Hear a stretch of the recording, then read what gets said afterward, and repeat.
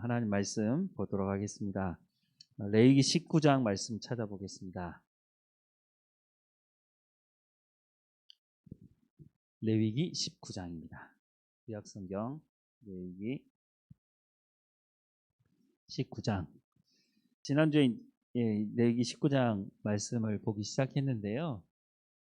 지난주에도 말씀을 드렸지만 레위기 전체가 거룩이 무엇인가에 대해서 말씀을 하고 있습니다. 레위기 1장부터 7장까지 보면 이제 제사법에 대해서 말씀을 하고 있고요. 우리로 얘기하자면 이제 예배죠.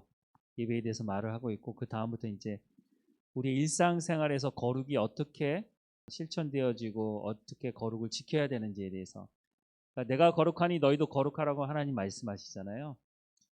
하나님은 거룩하신 분이니 하나님과 교제하기 위해서는 당연히 하나님의 백성들이 거룩할 수밖에 없는 것이죠. 우리가 이제 거룩에 대해서 가장 잘 알고 있는 것 중에 하나는 뭐냐면 죄가 없는 것. 하나님은 죄가 없으신 분이시고 죄가 있는 상태로는 하나님께 나갈 수가 없기 때문에 이사야서 6장에 보면 이사야는 이미 하나님의 부름받은 선지자였음에도 불구하고 하나님의 부름받는 그 장면이 있잖아요. 하나님의 모습을 보면서 이사야가 깜짝 놀라죠. 나 이제 죽게 됐다는 거죠. 왜요? 거룩하신 하나님을 뵙기 때문에 죄가 있는 죄의 백성 중에 거하였던 내가 이 범죄한 입술을 가지고 하나님 앞에 숨기게 되면 나는 죽게 된다. 그걸 알고 있는 이사야가 바로다 나여 나에게 죽게 되었다라고 할 때 하나님께서 천사를 통해서 그 입술을 정결케 하는, 그게 이제 상징적인 의미가 있지만, 어쨌든 하나님을 만나는 사람들은 죄의 문제를 해결하지 않고는 하나님께 갈 수 없다는 거. 그래서 우리가 거룩하면 가장 쉽게 알 수 있는 것은 죄가 용서받는 것, 죄가 없는 상태로 하나님께 나갈 수 있게 되는 것, 그것은 이제 거룩이라고 말을 하는데, 물론 이제 그런 부분들을 알지만 거룩에 대해서 너무 추상적으로 아는 부분들이 많이 있다는 것이죠. 그래서 우리가 거룩에 대한 성경에서 말씀하고 있는 거룩이 뭐냐, 하나님이 분명 레위기 19장 2절에 보면 너희는 거룩하라, 이는 나 여호와 너희 하나님이 거룩함이니라. 하나님이 하나님의 백성들을 부르시는 가장 중요한 목적이 뭐라고 말씀드렸습니까? 하나님과 하나님의 백성들이 친밀한 교제를 하기 위해서 하나님 우리를 불러주셨다고 말씀하고 있거든요.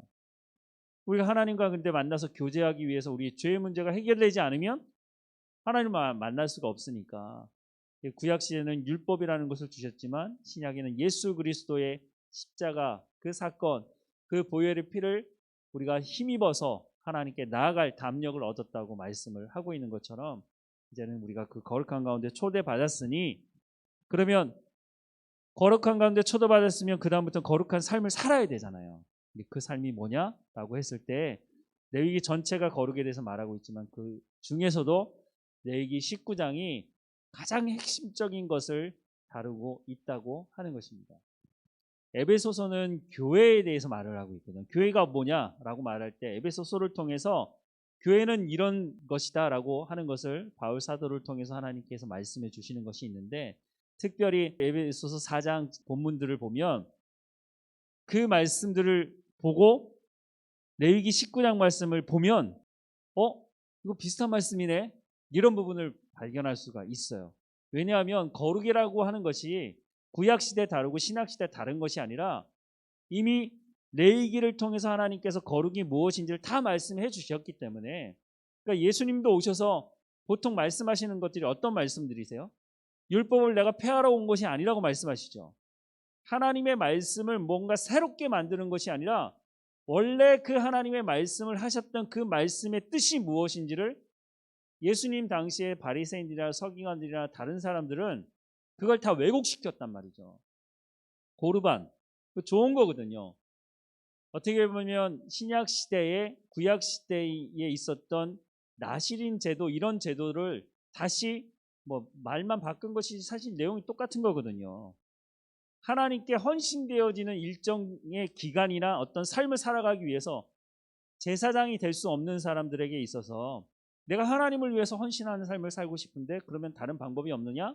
그걸 나시린 제도로 만든 것이거든요. 그래서 그 사람은 일정 기간 동안 그 기간 동안 하나님께 온전히 드려진 바 되었다는 것이죠.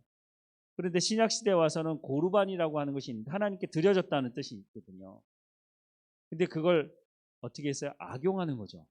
부모를 봉양하지 않기 위해서 나는 하나님께 드린 바 됐으니까 나는 부모에 대해서 어떤 경제적인 거나 이런 거를 아무것도 안 해도 된다. 이런 식으로 예수님이 오셔서 뭐라고 말씀하세요?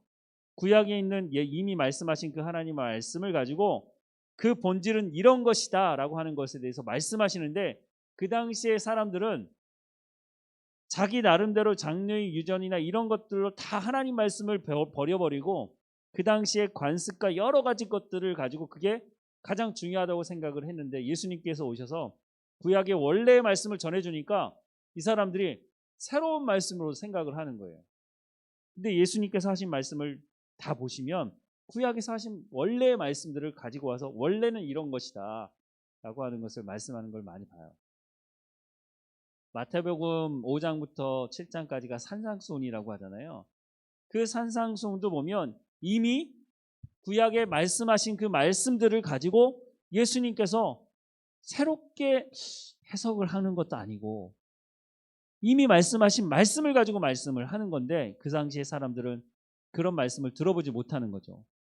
원래 하나님 말씀을 들고 있던 이 사람들이 하나님 말씀을 가르치지 않고 다른 것들을 가르쳐 왔기 때문에 이게 정말 하나님의 말씀인 게 맞나? 근데 계속 말씀을 들어보니까 구약에서 이미 하고 있는 말씀들인 것을 이제 알게 되는 것이죠. 어쨌든 우리가 보는 레위기 19장 말씀도 보면 이미 우리가 에베소서 말씀을 통해서 보는 말씀들과 겹치는 부분들이 상당히 있다는 것을 우리가 알게 되겠습니다. 그래서 하나님께서 우리 가운데 거룩에 대해서 말씀을 하시면서 첫 번째 말씀하신 게 뭐였어요? 가정의 거룩이에요. 가정의 거룩. 가정의 가장 중요한 요소가 뭐예요? 부부와 자녀. 근데 이 관계를 하나님께서 가장 먼저 말씀하시는 거예요. 너희는 거룩하라고 얘기하면서 부모를 경외해라. 거룩에 대해서 하나님 말씀하실 게 정말 많을 것 같은데 그 중에 가장 먼저 얘기하는 게 뭐냐면 가정에 있어서 부모와 자녀와의 관계를 얘기하고 있어요. 지난주에도 말씀을 드렸지만 이거는 일방통행이 아니에요. 서로 간에 쌍방통행이 되지 않고는 인격적인 행복한 가정을 만들어낼 수가 없어요. 저도 이걸 잘 깨닫지 못했을 때는요, 아이들한테 무조건 명령만 하려고 그랬어요. 이렇게 해. 왜냐하면 내가 이렇게 해서 안 됐기 때문에 그렇게 하는 게 맞아. 근데 애들이 말을 잘 듣나요? 근데도 계속해서 너는 이렇게 해야 돼. 이렇게 하는 것이 부모의 역할이라고 생각하고 또 그것을 말을 듣지 않으면 매를 대서 어떻게 해서든지 이 행동을 하도록 만드는 것이 부모의 역할이라고 생각할 때가 있었단 말이죠. 근데 지나와서 보니까 그게 아니라는 것을 알게 되는 거예요. 그래서 할아버지 할머니가 되면 너그러워지는 것 같아요. 이미 다 경험해봤고 그게 아니라는 것을 알기 때문에 그렇게 억지로 하지 않아도 된다는 것을 사람이 미련해서 빨리빨리 깨달으면 좋을 텐데 그러지 못하니까. 근데 할아버지 할머니가 되면 그런 게 보이는 것 같아요. 제가 옆에서 보니까 그래요. 저도 모르겠어요. 저도 이제 손주가 생기면 어떻게 될지 모르겠지만 더 너그러워지고 많은 것들을 알기 때문에 서두르지 않게 되는 것이 아닌가 하는 생각을 합니다. 어쨌든 쌍방통행이 있어야 그래야 온전한 인격적인 관계가 이루어지고 이런 인격적인 관계가 이루어져야 거룩함이 그 가운데서 일어날 수 있다는 것이에요. 근데 이 가정에서 일어나는 이런 관계가 하나님과 우리와의 관계에도 그대로 적용이 된다는 거예요. 하나님께서도 우리 가운데 우리는 하나님의 말씀 이렇게 생각하면 하나님 무조건 명령하시는 분이고 우리는 그 명령을 무조건 들어야만 된다고 하는 어쩌면 주인과 종의 관계로만, 물론 성경에 그런 표현이 있지만 그거는 헌신에 대한 부분을 얘기하는 것이지 하나님과 우리와의 관계를 얘기할 때 사실은 하나님의 자녀라고 말하는 것이지 우리를 하나님이 너는 노예 같은 종이니까 내가 시키는 대로만 해야 돼. 하나님 그렇게 말씀하시는 분은 아니시거든요. 만약에 그렇다면 그런 관계라면 예수님이 이 땅에 오실 필요가 없는 거죠. 내가 이제부터 모든 사람들을 구원한다라고 하는 것으로 하나님 끝낼 수 있는 것이지만 하나님 그렇게 하시는 분이 아니라는 거예요. 하나님께서 아무리 내 가운데 어떤 계획을 가지고 이렇게 인도하신다고 말씀하시지만 내가 가지 않겠습니다 하나님, 고집을 부리면서 나는 그 길로 가지 않고 난 다른 길로 가겠다고 고집을 부릴 때 그럼 하나님 어떻게 하시나요? 억지로 수단과 방법을 가리지 않으면서 하나님 우리를 끌고 가시나요? 하나님 그렇게 하시는 분이 아니세요. 대표적인 예가 예수님께서 예화를 드셨지만 큰아들과 둘째 아들 있는 아버지가, 둘째 아들이 아버지에게 아버지 돌아가시지도 않았는데 유산을 달라고 청하고 있잖아요. 그래서 그 둘째 아들이 아버지에게 유산을 받아가지고 나가서 흥청망청 하다가 정말 먹을 게 없어가지고 돼지가 먹는 주염염매도 먹을 수가 없는 그때에서야 내가 아버지 집에 종으로라도 있으면 좋겠다. 우리 아버지 집의 종들은 이렇게까지 하지 않는데, 그러면서 다시 돌아오는 일명 탕자의 예화를 예수님께서 드시잖아요. 만약에 주종 관계였다면 아들에게 유산을 남겨주겠습니까? 아버지가 돌아가시지도 않았는데 사실은 그 당시의 문화로서 보면 이거는 상상할 수 없는 일이에요. 지금은 뭐 돌아가시기 전에 벌써 이렇게 유산을 다 분배하시는 분도 계시지만 예수님 당시에는요, 아버지가 돌아가시지 않았는데 아버지에게 유산을 달라고 청하는 것 자체가 사실은 말이 안 되는 거예요. 그건 완전히 이제 그 사회로부터 완전히 뭐라고 해야 되나요? 불효자식을 능가하는 것이에요. 그럴 수 없는 것이에요. 그 당시에는. 그럼에도 불구하고 아버지가 그 유산을 주고 그거 아버지가 했던 행동은 뭡니까? 매일마다 밖에 나가서 기다리는 거예요. 언젠가는 빨리 돌아올 텐데, 언젠가 돌아올 텐데 내 아들이. 자기 자식을 너무 잘 아니까. 내가 이 유산을 주면 내 아들이 아마 아버지는 알았던 것 같아요. 흥청망청 쓰고 언젠가는 깨닫고 돌아올 것이다라고 하는 것을 아셨던 것 같아요. 그러니까 성경의 표현이 뭐예요? 저 멀리서 사람이 보일까 말까하게 이렇게 오는데 아버지가 어떻다고요? 그걸 알아보고 달려가서 아들을 맞이한다고. 하나님과 우리와의 관계가 이런 인격적인 관계인 것처럼 우리가 있는 이 가정에서도 부모를 경외하라고 하는 것은 자녀들에게 하는 말씀이지만 부모가 자녀들로부터 경외받을 수 있는 삶을 살아내야 자녀들도 이 말씀에 수긍하고, 그래 내가 부모를 공경하고, 아니 더 나아가서 하나님을 경외하는 것처럼 하나님을 섬기는 것처럼 내가 부모를 섬겨야겠다. 이거 강요한다고 되는 문제가 아니잖아요. 그러니 예수님 시대에 고르반이라는 것을 악용하는 일이 생겨나는 거죠. 만약 그 부모가 그 자녀에게 온 사랑을 쏟고 신앙의 본을 보였다면 예외가 있을지 모르겠지만 자녀들이 그 사랑을 받은 사람들이라면 고르반 하였다고 하고 내가 경제적인 책임을 지지 않겠다, 그렇게 말할 수는 없는 거죠. 하나님께서 첫 번째 거룩에 대해서 말하면서 이 가정에 대해서 언급하는 것에 대해서는 우리가 정말 깊이 좀 생각을 해볼 필요가 있습니다. 그 뒤에 나오는 것이 안식일 문제예요. 그런데 10계명에 보면 제4계명이 안식일 계명이고 제5계명이 부모를 공경하라는 부모 계명이잖아요. 순서가 있어요. 왜 하나님께서 첫 번째, 두 번째, 세 번째, 네 번째 얘기하고 다섯 번째부터 우리가 일상생활에 살아가는 우리의 가정과 이웃과의 관계들에서 얘기하겠어요? 먼저 이것을 얘기할 수도 있잖아요. 근데 하나님께서 하나님을 섬기는 것에 대해서, 하나님을 사랑하는 것에 대해서 먼저 말씀하시고 그 다음에 나머지 것들을 얘기하고 계시거든요. 거룩에 대해서 말씀하시면서도 안식일에 대해서 먼저 말씀하실 수 있어요. 안식일이 뭐예요? 하나님을 만나는 날이에요.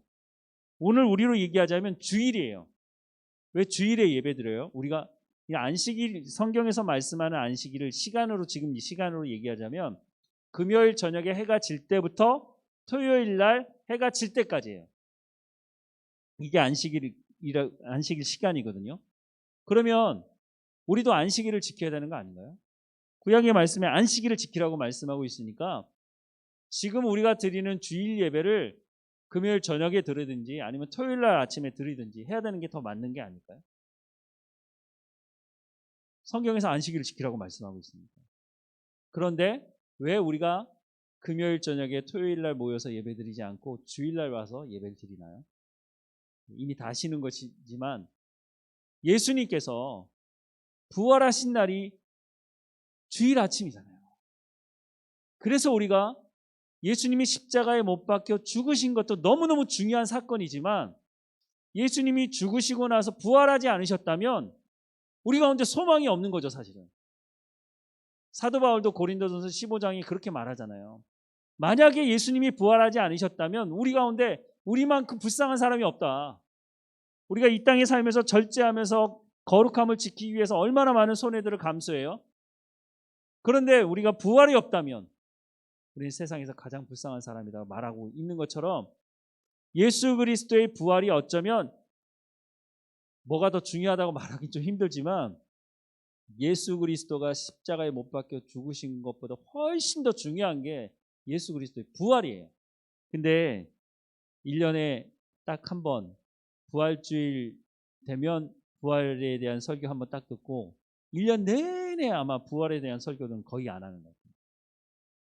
대부분 뭐예요? 예수 그리스도의 십자가, 죄사함, 여기에 너무, 그래서 저희가 사순절이라고 하는 시간을 보내기도 하잖아요.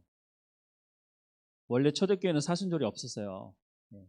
나중에서 만든 거죠. 예수님의 그 십자가 사건이 너무너무 중요하기 때문에 그것을 기억하기 위해서 사순절이라는 것을 기억하면서 예수님의 그 고난과 우리의 죄사함과 이런 문제들을 우리가 묵상하고 우리의 모습을 돌아보고 하는 기간을 갖기는 하지만 근데 부활이 그거보다 훨씬 더 중요한데 부활 이후에 40일 동안 뭐 이렇게 뭐 특별 새벽기도 할 때도 항상 뭐 고난주간 때 특별 새벽기도 하지 부활절 이후에 특별 새벽기도 하는 걸 저 본 적이 없어요. 좀 이상한 것 같아요. 그러니까 제가 드리는 말씀을 오해하시면 안 됩니다. 이 십자가 사건이 중요하지 않다가 아니라 너무너무 중요한 사건이 맞아요. 그런데 그 사건이 부활이 없다면 무슨 의미가 있느냐는 거예요. 예수 그리스도가 죽으시고 부활하셨기 때문에 우리 가운데 소망이 있는 것이거든요. 두 사건 다 중요하지만 어떻게 보면 우리가 예수 믿고 나서 더 집중해야 되는 건 뭐냐면 부활이거든요. 그러니까 우리가 주일날 대표기도나 이렇게 할 때도 보면 대부분 많은 분들이 어떤 기도의 내용이 많냐면 죄 용서함을 구하는 기도가 훨씬 더 많아요. 하나님 뭘 잘못했습니다. 그런데 잘 들어보면요. 거의 매주 비슷한 걸 얘기를 해요. 예를 이렇게 들어볼까요? 저희 집 아이가 밖에 나가서 뭘 잘못하고 왔어요. 그래서 사람들한테 그게 걸려가지고 제가 알게 됐어요. 그래서 야, 너 왜 그거 잘못했어? 그랬더니 아빠 제가 제가 잘못했어요. 용서해 주세요. 이렇게 했어요. 근데 그 다음날 또 나가서 똑같은 짓을 또 하고 있는 거예요. 얘가 왜 그러지? 그걸 알게 됐는데 또 얘기했더니 용서해달라고 그랬어요. 또 용서해줬어요. 근데 세 번째 되는 날 나가서 똑같은 짓을 또 하고 있어요. 그러면 부모 마음이 어떻겠습니까? 용서해줘야지 어떻게 하겠어요. 하지만 부모 마음이 어떻겠느냐는 거예요. 근데 우리는 어떻게 보면 매 주일 하나님 앞에 나와서 예배하면서 회개기도 하죠. 회개해야죠. 당연히 해야죠. 죄가 있으면 용서를 구하고 회개해야죠. 근데 똑같은 걸 계속해서 반복하면서 용서해달라고 그러면 하나님 입장에서도 참 답답하실 것 같아요. 주일에 우리가 예배하는 것 중에 회개하고 하나님 앞에 용서를 구하는 부분이 있어야 되겠죠. 우리가 일상의 삶에서 그런 부분이 있으니까. 근데 주일에 모여서 하나님을 예배할 때 하나님께 우리가 기쁨으로 예배한다고 말하는데 정말 하나님을 기쁘게 하는 예배를 드리기 위해서 어떻게 해야 될까요? 우리가 와가지고 맨날 십자가만 매달리면서 맨날 울고 용서해달라고 하고 주일마다 그게 하나님을 기쁘게 할까요? 우리가 부활에 대한 생각, 부활하신 예수 그리스도를 우리가 묵상하면서 우리가 그 기쁨을 가지고 하나님 내가 죄로 죽었던 사람이지만 부활의 소망을 가지고 하나님 앞에 나와 예배합니다. 기쁨으로, 감사함으로. 주일 예배가 사실 이래야 된다는 거예요. 그래서 주일날 우리가 기도할 때도 보통 보면 감사 기도는 별로 없어요. 뭘 잘못했다는 거 많이 기도하고 그 다음으로 많이 기도하는 건 뭐예요? 달라는 거야, 달라는 거. 이거 필요하고 저거 필요하고 저거 필요하고 막 다 이런 거. 근데 정작 하나님의 마음을 정말 기쁘게 하는 감사 기도는 별로 없는 거예요. 하나님 이렇게 해주셔서 감사하고 이렇게 해주셔서 감사하고 이렇게 해주셔서 감사합니다. 근데 오랫동안 그렇게 해와서 그런 건지 모르겠지만 저도 이제 교회 와서 이렇게 예배드리고 어렸을 때부터 기도를 들어보면 항상 회개하는 기도가 훨씬 많고 간구하는 것도 많은데 감사는 몇 마디 없어요. 있긴 있는데. 안식일을 지키라고 말씀하고 있는데 여기 보면 특이한 말이 있어요. 19장 3절 말씀을 한번 읽어볼까요? 같이. 10계명에 제4계명에 없는 말이 여기 딱 등장을 해요. 안식일에 대한 계명. 앞에 보는 이제 부모에 대한 계명이지만 같이 읽어볼까요? 시작. 너희 각 사람은 부모를 경외하고 나의 안식일을 지키라. 나는 너희 하나님 여호와니라. 뭐가 다른 건지 아시겠어요? 잘 모르시겠으면 출애굽기 20장 한번 찾아보세요. 출애굽기 20장.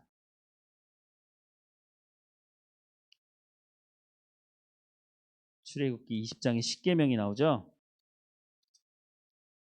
출애굽기 20장 8절 말씀 같이 읽어볼까요? 시작. 안식일을 기억하여 거룩하게 지키라. 자, 레위기 19장 3절은 나의 안식일을 지키라. 뭐가 붙어있죠? 나의. 누가 모르나요? 하나님의 안식일인 거? 근데 왜 굳이 나의 안식일이라고 말씀하셨을까요? 말씀 하나하나가 하시는 이유가 있어요. 너희 각 사람은 부모를 경외하고 가정에서의 거룩을 지키고 그 가정에서 거룩을 지키고, 그러니까 부모와 그 자녀의 관계를 온전하게 지켜서 그것을 가지고 주일날 오라는 거예요.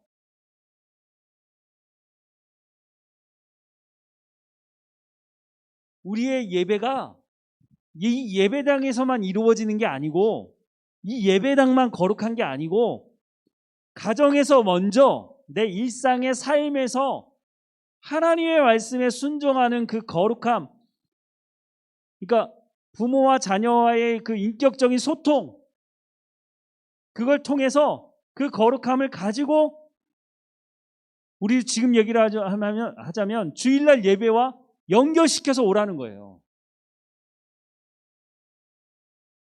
이곳만 거룩한 게 아니라 내가 가는 곳들은 다 거룩한 곳이 되어야 한다는 거예요. 하나님이 거룩하고 너희가 우리를 향해서 거룩하라고 말씀하십니다. 그러니까 내가 가는 곳이 다 거룩한 곳이 되는 거죠. 하나님과 온전한 관계를 맺는 그런 관계를 가정에서도 그렇게 이루어 가라는 거예요. 우리가 하나님만 사랑한다고 말하는 것이 아니라 하나님에게 하는 것처럼 내 자녀에게, 부모에게 동일하게 그렇게 하라는 거예요. 그러니까 거룩이라는 것이 예배당에서만 머물러져 있는 것이 아니라 구약시대로 하자면 성전만 거룩한 게 아니라 그 성전에서 예배드린 모든 사람들이 흩어져서 살아가는 가정, 모든 사회가 거룩한 공동체가 되어야 된다. 그래야 그게 온전한 거룩한 것이라고 말씀하고 있습니다. 그러니까 애들이 우리 엄마는 교회 엄마였으면 좋겠다라고 말하면 안 되는 거예요. 우리 엄마는 교회에서나 집에서나 똑같아. 나쁜 쪽으로 말고 하나님 말씀에 순종하는 것이 교회에서도 그렇지만 우리 가정에서도 엄마는 그런 분이야. 우리 아빠는 그런 분이야. 라고 하는 그것이 있어야 그것이 거룩이라는 거예요. 그러니까 바리새인이나 서기관들이 예수님에게 책망을 받을 수밖에 없는 거예요. 사람들 앞에서는 내가 대단히 거룩한 것처럼 그렇게 보여지지만 실제적인 삶에서는 바리새인들은 돈을 밝히는 사람들이었다고 말씀하고 있고요. 그러니까 회칠한 무덤이라고 예수님께서 책망하시죠. 그건 거룩한 게 아니라는 거예요. 안과 속이 같아져야 된다는 거죠. 가정에서의 거룩을 가지고 와서 예배당에서도 거룩해야 된다라고 말씀하시는데, 나의 거룩한 날이 되어라고 말씀하고 있어요. 나의. 여기서 나는요, 우리를 얘기하는 게 아니에요. 하나님을 말씀하는 거예요. 그런데 왜 굳이 안식일에, 당시에는 성막이 있었으니까 성막이나 성전이나 지금으로 말하면 예배당에 와서 예배드리면 되는데 그냥 안식일을 지켜라 라고 하면 될 텐데 왜 굳이 나의 안식일이라고 말씀하셨을까요? 안식일의 주인공이 누굽니까? 하나님이세요. 안식일의 주인공은 하나님이에요. 하나님께 집중하는 거예요. 우리가 모여서 찬양할 때 나를 위해서 찬양하지 않아요. 하나님의 이름을 찬양하는 거예요. 우리가 하나님께 나와서 죄 용서함을 구하는데 나에게 용서함을 구하는 게 아니라 하나님께 용서함을 구하는 거예요. 우리가 말씀을 듣는데 내 말을 듣는 것이 아니라 내 옆에 있는 사람들 말을 듣는 게 아니라 하나님의 말씀을 듣기 위해서 나오는 것이에요. 그런데 이 안식일에, 지금으로 얘기하는 주일에 내가 주인공이 되려고 하는 사람들이 있어요. 관심을 나에게 쏟아주지 않는 것에 대해서 대단히 불쾌하게 생각하는 사람들이 있어요. 다른 데 가서는 그렇게 해도 돼요. 근데 예배당은 그러면 안 돼요. 교회로 모이는 사람들에게 핵심은 하나님을 만나러 오는 것이지, 물론 교회에 여러 가지 코이노니아에서 교제하는 것 있어요. 성도 간의 교제 있어야 되죠. 근데 성도 간의 교제가 이루어지기 위해서 그 핵심이 뭐냐면 하나님이 거기 계셔야 되는 거예요. 안 그러면 개모임 하는 거랑 똑같죠, 세상에서. 자기 친구들 만나는 거하고 똑같은 거예요. 주일날 하나님을 예배하러 와서 하나님을 만나지 못하고 하면 그냥 놀러 다니는 게 차라리 나아요. 주일날 나의 안식일이라고 말씀하는 것은 하나님이 주인공이기 때문에 하나님을 만나라는 거예요. 하나님을 만나지 못하면 결국 누구에게 손해가 끼쳐지는 거예요? 나에게. 내가 위로받아야 되고 내가 새 힘을 얻어야 되고 내가 하나님 말씀을 들어야 되는데 하나님을 만나지 못하고는 그것이 안 되기 때문에 어떻게 보면 하나님이 대단히 이기적인 분같이 나의 안식일을 지키라고 말하고 있지만 하나님을 만나야 내가 살 수 있기 때문에 하나님께 집중하라는 거예요. 온 마음을 다해 하나님께 집중하라는 거죠. 그래야 내가 살 수 있기 때문에. 결국은 하나님이 이기적이신 분이셔서 이 말씀을 하는 게 아니라 이 말씀은 나를 위해서 하시는 말씀이에요. 내가 주인공이 돼버리면 하나님을 만나지 못해요. 내 중심으로 보면 하나님 말씀이 들리지가 않아요. 교회 사람 만나러 오게 되면 하나님을 만나지 못하게 되는 거예요. 내가 손해보게 돼 있어요. 내가 엉망이 돼버리는 거죠. 안식일 주일날까지 와가지고 이 시간을 내어서 내가 여기까지 왔는데 하나님을 만나지 못하고 가게 되면 내 삶이 엉망이 돼버리는 거예요. 정리가 안 되는 거예요. 그래서 우리가 주일 예배를 준비해야 해서 와야 돼요. 주일 예배를 잘 드리려면 언제부터 준비를 잘 해야 될까요? 최소한 토요일 저녁부터는 준비해요. 청년들이 이제 그런 친구들이 많은데요. 밤 늦게까지 자기 할 일 다 하고 그리고 주일날 와요. 그럼 주일날 어떻게 되겠어요? 사람의 육체가 한계가 있는데. 그런데 더 넓게 보자면요. 조금 전에 말씀드렸던 가정에 대해서 말씀드렸잖아요. 일주일 내내 사실은 주일을 준비하는 거예요. 쉽지 않죠. 근데 해보라는 거예요, 이렇게. 왜냐하면 하나님께서 내가 거룩하니 너희도 거룩하라고 말씀하는 건 하나님이 책임지시겠다는 거잖아요. 그럼 하나님 안 되는데요? 하나님 하려고 했는데 안 되는데요? 기도하면 되잖아요. 그래서 하나님께서 나의 안식일을 지키라고 하는 말씀을 하고 계십니다. 하나님을 위해서가 아니라 우리를 위해서 하시는 말씀인 거죠. 어떻게 보면 거룩의 가장 핵심적인 것입니다. 가정과 교회. 두 가지를 거룩에 대해서 말씀하시면 가장 먼저 말씀을 하시는 거예요. 가장 핵심적인 것이기도 하고, 더 많은 말씀들이 있지만 우리가 이 말씀들을 좀 기반으로 해서 내 가정을 그러면 어떻게 내 자녀와 내 부모와 어떤 좋은 관계를 맺을 것이냐. 근데 이미 해답이 있어요. 경외라는 말. 경외는 하나님께 사용하는 거죠. 하나님을 온전히 사랑하는 것입니다. 그 하나님의 사랑을 가지고 가정에서 어떻게 하라고요? 부모와 자녀와의 관계 속에서 그 사랑으로 살아가라는 거예요. 그리고 그 사랑을 가지고 주일날 모여서 그 사랑으로 하나님을 예배하는 거예요. 그게 뭐라고요? 그게 거룩이라고요. 하나님 뭐 특별한 걸 얘기하시는 게 아니에요. 우리의 일상의 삶에서 하나님과의 좋은 관계를 맺는 것처럼 가정에서도 그렇게 하고 예배에 와서도 하나님과의 관계를 그렇게 맺으라는 거예요.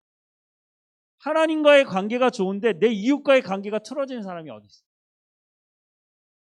하나님을 사랑하는 그 사랑으로 이웃과 사랑하는데 이웃과의 문제가 생긴다. 그거는 정말 어디선가의 문제가 있는 거죠. 이 속에서 하나님과 사랑에 문제가 생기게 되면 이웃과의 관계도 문제가 생기죠.